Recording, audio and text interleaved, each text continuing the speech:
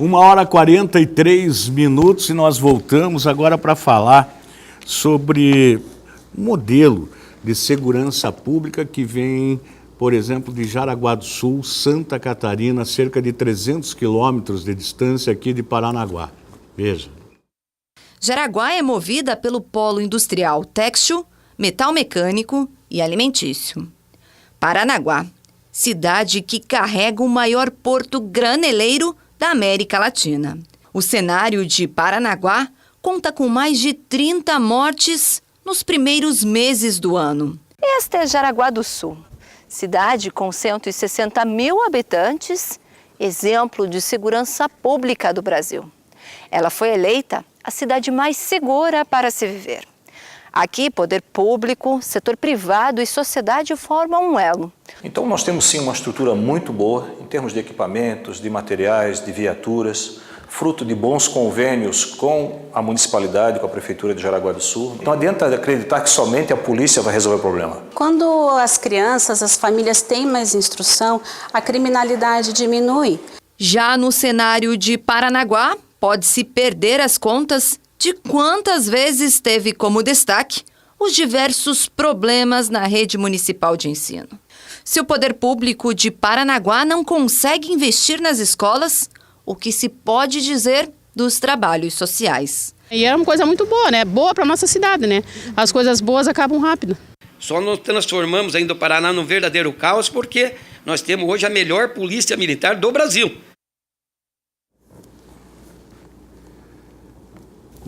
Concordo. Sei que a gente já está no projetos sociais, né? No bloco dos projetos sociais, mas eu tenho só uma perguntinha para o doutor Rogério, ainda sobre o sistema carcerário. Doutor, como que funciona essa questão? Por Paranaguá ser a subdivisão, né, para o litoral todo, não pode receber presos de Pontal, porque o senhor disse que aqui tem espaço, tem vaga para 28 e temos 140. Pontal tem vaga para 4 e hoje tem 25. Não tem como dar esse socorro? A lei não permite? Como que faz? Só para esclarecer mesmo. Nós temos dois impedimentos, né, que existem aí. O primeiro e o mais evidente é a falta de espaço. Se o espaço é destinado a 28, eu tenho 157 e não tem como receber das outras unidades, né? E depois nós temos uma determinação da juíza corregedora de presídios aqui, de que nós não recebamos presos de outras comarcas, né? Eu concordo com isso. Eu acho assim que dentro daquilo que é possível, a gente pode ajudar. Mas não adianta a subdivisão de Paranaguá querer resolver o problema de todas as outras subordinadas, e não é só Pontal que sofre com a superlotação, mas também todas as outras delegacias. Para resolver o problema deles, a gente criar um insuportável para nós. Então, dentro da realidade de cada unidade, esse problema tem que ser resolvido. Doutor Rogério, existe um decreto do governador do estado que dá preferência até um determinado número de vagas na penitenciária, se não me engano, de Piraquara, para detentos originários do litoral paranaense. Isso está sendo cumprido? Eu tenho conhecimento desse decreto que determina, se não me engano, são 200 vagas, né, de Paranaguá para o complexo penitenciário. Nós não temos acesso à informação no sentido de que nós estamos ou não ocupando todas essas vagas.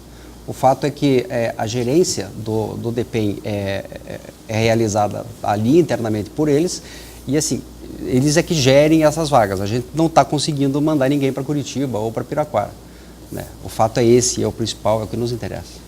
Eu queria perguntar para o comandante também, da PUJEC, já vai fazer uma leitura, porque a gente tem um código penal, e daí o Alceu, que é o advogado da bancada aqui, se não me engano, de 78 anos, né? Nosso código penal... 1940. 78 anos.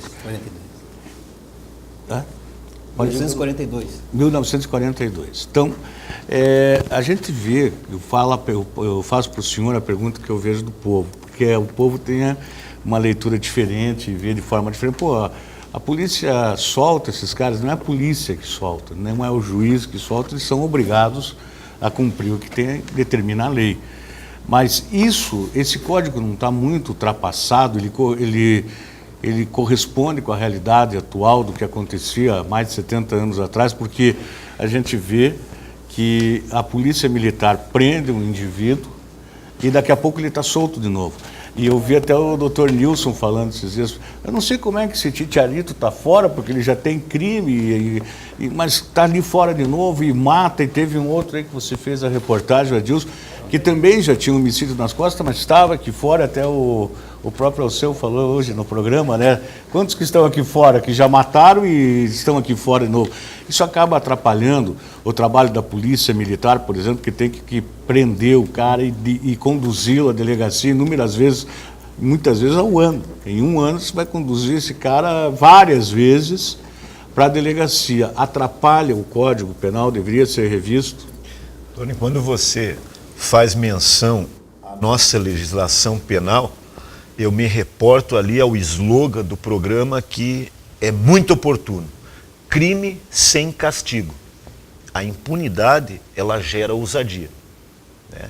Então, quando a população diz a polícia prende, a polícia solta, o infrator, ele é solto, né, por força de legislação, né? Não é responsabilidade do juiz, do promotor de justiça, do delegado de polícia, do policial militar. O infrator, ele é solto por força de legislação. Ele tem uma legislação que o alberga diante da conduta que ele perpetrou. Então, a polícia prende, ele vai lá, contudo, daqui a pouco ele fica 24 horas, 48, enfim, e é novamente lançado às ruas, né? Novamente livre. Então, sem sombra de dúvidas, eu entendo que a nossa legislação penal é ultrapassada, sim. Ela deve sofrer uma revisão, uma renovação, até porque o Código Penal é de 1942 e a evolução cultural da população, do país, do Estado, ela evoluiu de 1942 para cá. Então a legislação, ela tem que acompanhar essa evolução, que diz respeito a costumes, né, a cultura. Então, sem dúvida, a nossa legislação penal tem que ser revista. E aí é uma importante a participação do Alceu como advogado também, porque a gente vê uma série de problemas. Isso acaba, Alceu, você já foi deputado, sabe disso, acaba gerando uma despesa a todo momento para o governo, porque é papel, é condução, é gasolina, porque tudo isso está sendo empenhado naquela ocorrência para aquela pessoa que foi levada para a delegacia inúmeras vezes, e às vezes pelo mesmo tipo de crime. Sem dúvida nenhuma. Fora que os níveis de insegurança aumentam e muitos gastos, por exemplo, com saúde, né? Cada ocorrência, pelo menos alguém foi ferido ou até com mais gravidade, e isso vai estourar no hospital público. A legislação penal brasileira não é tão atrasada assim. O Código Penal inicialmente é da década de 40, mas ele de quando em quando vem sendo adicionados os crimes mais modernos, como por exemplo os crimes cibernéticos. Talvez a legislação processual penal, essa sim, é que seja a origem desse problema, porque o Brasil tem uma tradição de ter um direito penal liberal, certo? E o direito penal liberal dá muita oportunidade de recurso para o réu, e, aliado a isso também, o nosso Poder Judiciário não consegue se desfazer das suas obrigações com a rapidez que a sociedade espera. Eu digo o Poder Judiciário e o Ministério Público. E aí é uma opinião pessoal minha mesmo, eu vejo também alguns membros do Poder Judiciário que servem aqui no litoral, a comarca de Paranaguá, e o Ministério Público também, uma distância da comunidade. Tem que entrar mais na comunidade. O juiz criminal precisa vir ouvir mais a comunidade. O promotor público precisa estar mais presente em debates de como a gente pode superar essa crise de violência. Eu tenho visto aí os delegados de polícia civil se apresentando para discussão, o comandante está aqui, o CONSEG está aqui, mas muitas vezes eu não vejo o Ministério Público e o Judiciário, que parece que não é muito com eles, e é muito com eles sim. O Ministério Público tem um papel importantíssimo, não só para fiscalizar o trabalho da polícia, mas para dar mais celeridade às denúncias e cobrar a penalidade, porque esse é um problema que nós estamos sofrendo, a falta de penalidade, o crime sem castigo. Eu acho que falta muito isso. Mas eu queria, dessa opinião, engatar uma pergunta para o GR, que é do CONSEG. Nós estamos falando de projetos sociais, GR. Certo. E aí a gente vê que o jovem talvez esteja envolvido no tráfico de drogas, porque falta perspectiva. O Brasil como um todo, é verdade, mas vamos analisar litoral paranaense. Falta perspectiva, falta emprego, né? Essa que é a verdade. A gente sabe a busca diária por empregos, não só dos jovens, da população como um todo. Falta emprego. A criança e o adolescente, por exemplo, aqui em Paranaguá, não tem projetos de esporte para atrair Para dizer, não vá pelo caminho da droga, não vá ouvir o traficante, venha ouvir o treinador de futebol, voleibol, handebol, atletismo, natação. A gente não vê as crianças sendo puxadas para a área da cultura e das artes. A gente vê uma fundação de cultura aí tímida, não vê projetos nos bairros. E aí, é só a gente sair daqui, vamos dar uma volta nos bairros do litoral, aqui de Paranaguá, a gurizada está nas esquinas. Tá batendo o papo, eu fui guri também, vocês foram, a gente sabe como é, a gente quer fazer alguma coisa. E aí, para o traficante chamar, é muito fácil, né? Porque a primeira droga é de graça, a segunda é de graça, a terceira é de graça, até que ele vai se viciar e futuramente será o quê? Um funcionário do traficante, e é exatamente esse o ciclo infeliz que nós temos vivido aqui em Paranaguá. Você concorda com isso, Gerry? Concordo plenamente. Eu acho que o Estado como um todo, inclusive o município, que é o grande responsável, a gente vê uma situação na educação já desde a educação, desde que eles começam na escola, já deveriam ter essa orientação. O Proed faz um trabalho excelente, levando a eles essas informações para que eles saiam desse mundo, porque de um lado você tem a polícia, eles assistindo, do outro lado o traficante aliciando. Ele tem tempo para isso. Esse menor ocioso é um perigo. Como dizia a avó, né? Mente vazia, oficina do diabo. É bem por aí o caminho. Então, assim, eles precisam de um caminho para algumas atividades para que eles possam trabalhar isso. Uma das ideias do Conseg, claro que isso a longo prazo, é um colégio militar para Paranaguá. Estamos em viabilidade de conseguir isso, inclusive com a Polícia Militar, já fizemos alguns contatos. É o interesse do Conseg que tivesse um colégio militar aqui, para dar uma orientação. Fazer a criança e o adolescente, ele ter como ídolo o policial civil, militar. E não ele ter medo do policial e achar que o traficante do bairro é que é o bonzão da história. E essa guerra a gente começa a ganhar aí, apresentando o esporte, a cultura, a educação, a escola, a evasão escolar. Né? Vamos adotar esse jovem para o bem, né? Exatamente. Vamos fazer isso para o bem. Gilson tem uma pergunta, né? Para o Coronel. Coronel, hoje a gente sabe da atual situação da polícia. E qual que é a maior dificuldade no trabalho policial hoje aqui no litoral? A população, vamos tomar por base Paranaguá, a população de Paranaguá, de 10 anos atrás, oscilava em torno de 139 mil.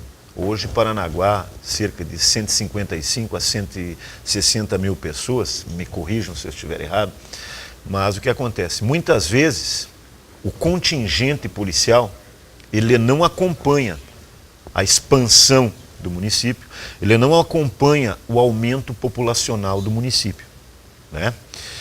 E o que acontece?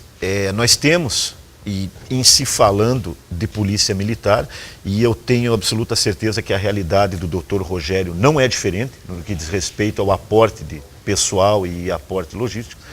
Então, nós já temos gestionado, junto aos escalões superiores, uma reestruturação do nosso 9º Batalhão, né? Com base no avanço, com base na evolução que o tempo prescreve, né? Eu quero interromper, mas é que tem muitos telespectadores do Facebook que perguntam a respeito disso. O senhor confia ou acredita nos módulos policiais, mais módulos policiais, distribui mais segurança ou isso é uma ideia errada da população? O sistema modular, ele foi um sistema implantado ali na década de 80, né? É um sistema que funciona, ele surte resultado. Mas desde que eu tenha o aporte de recursos humanos, o aporte de pessoal, para poder mobiliar esses módulos. Mas sem dúvida o sistema modular, ele é muito eficiente, sim. Foi uma experiência que surtiu bastante efeito.